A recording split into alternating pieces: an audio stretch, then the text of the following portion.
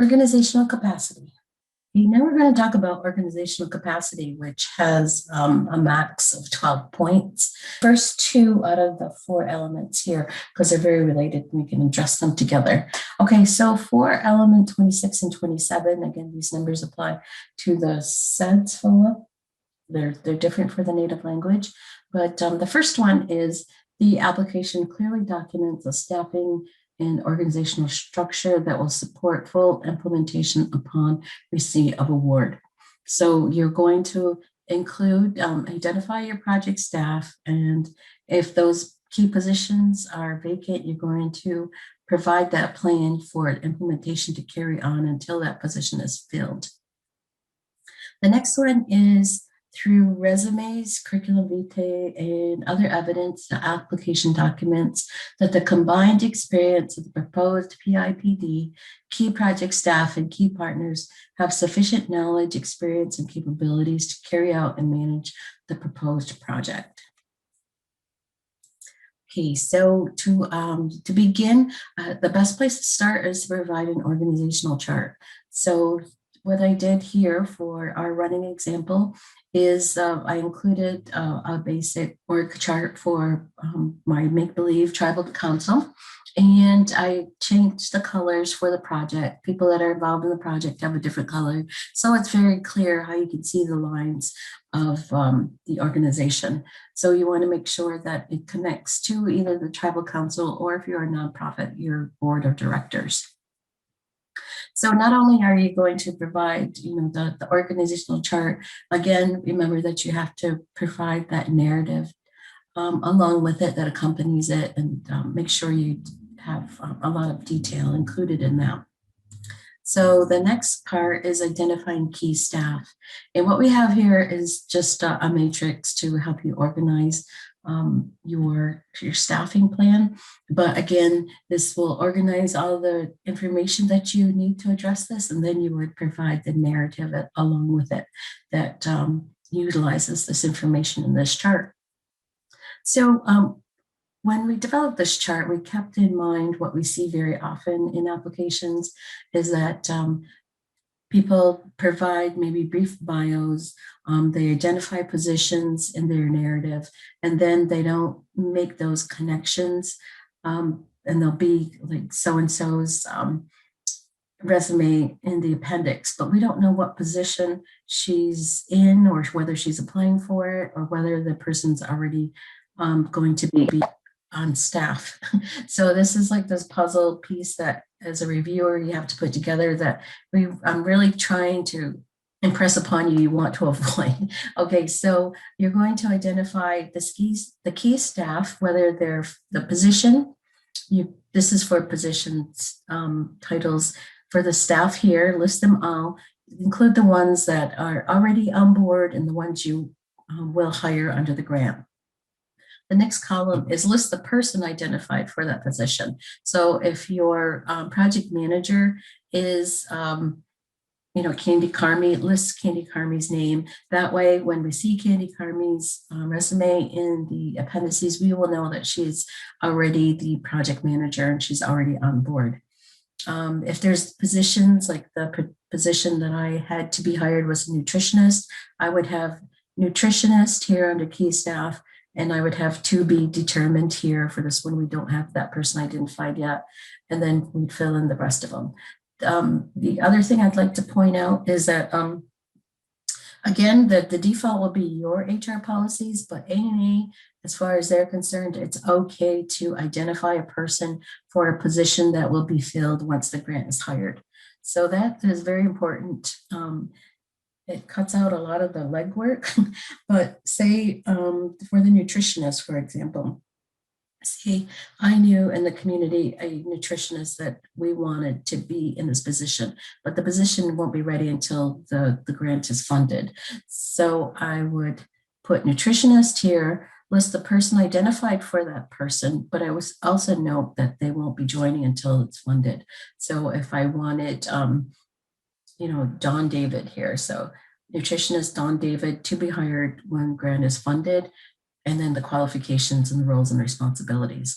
That is fine. And again, Amy is fine with doing that as long as it's okay with your organization.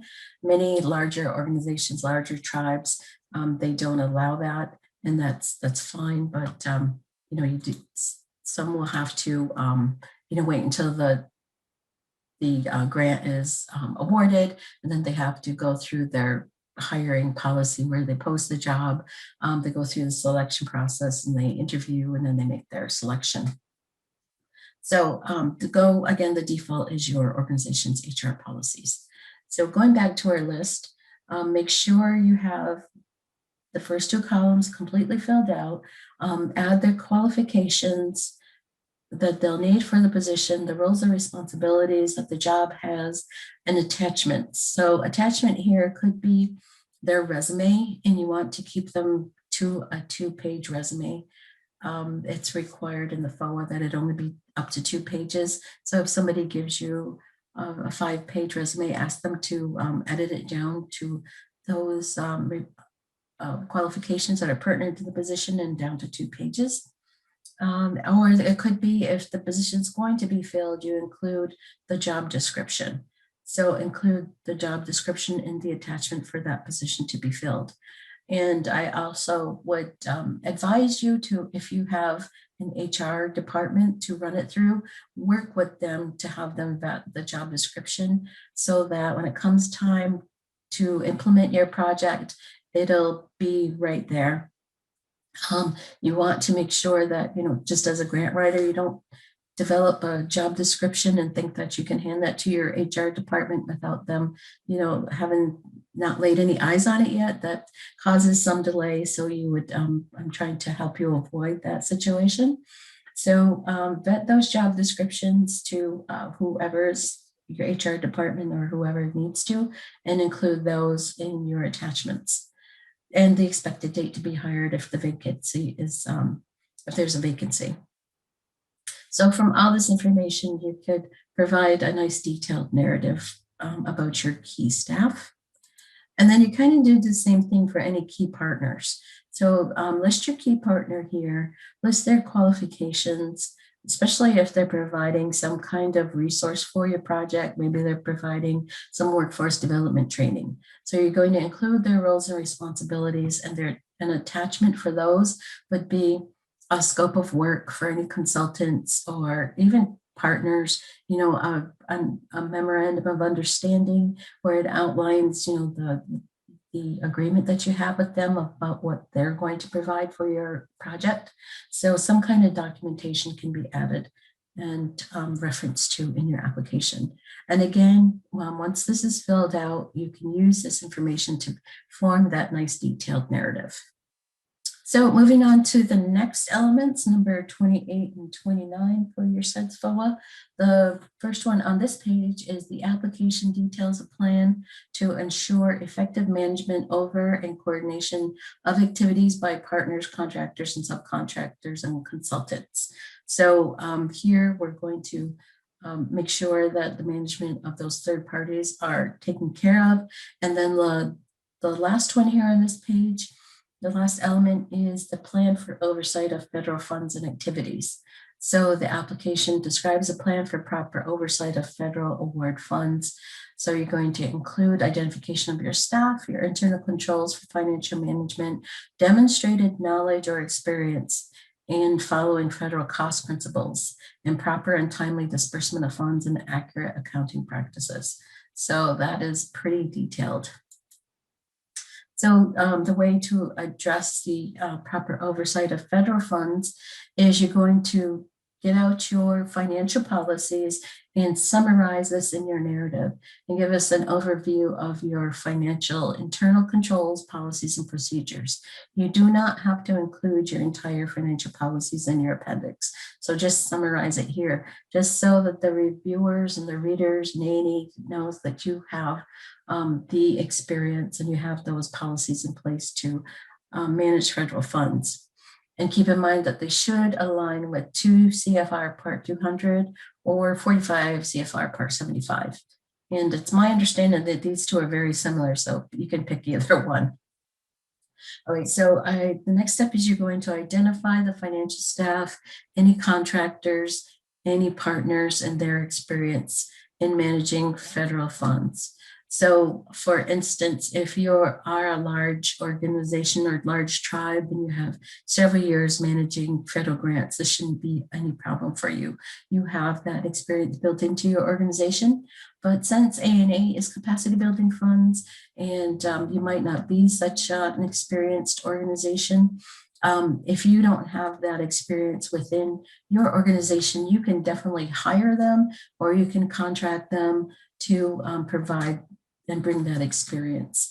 So say you don't have an in-house finance department at this time, you can definitely contract with an outside firm to provide that financial, do those financial things for you, like your day-to-day accounting and doing your federal reporting and all those other parts of managing federal funds.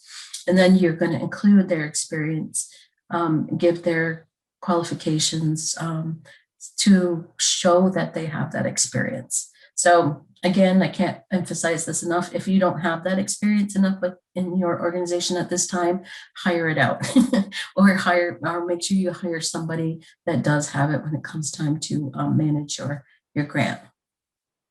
So you're going, of course, attach those resumes, again, 2-page maps, those job descriptions, if they're going to be hired, and statements of qualifications for those consultants or partners. You want to make sure that you have enough information so that A&A and the reviewers feel that you have that experience at your fingertips.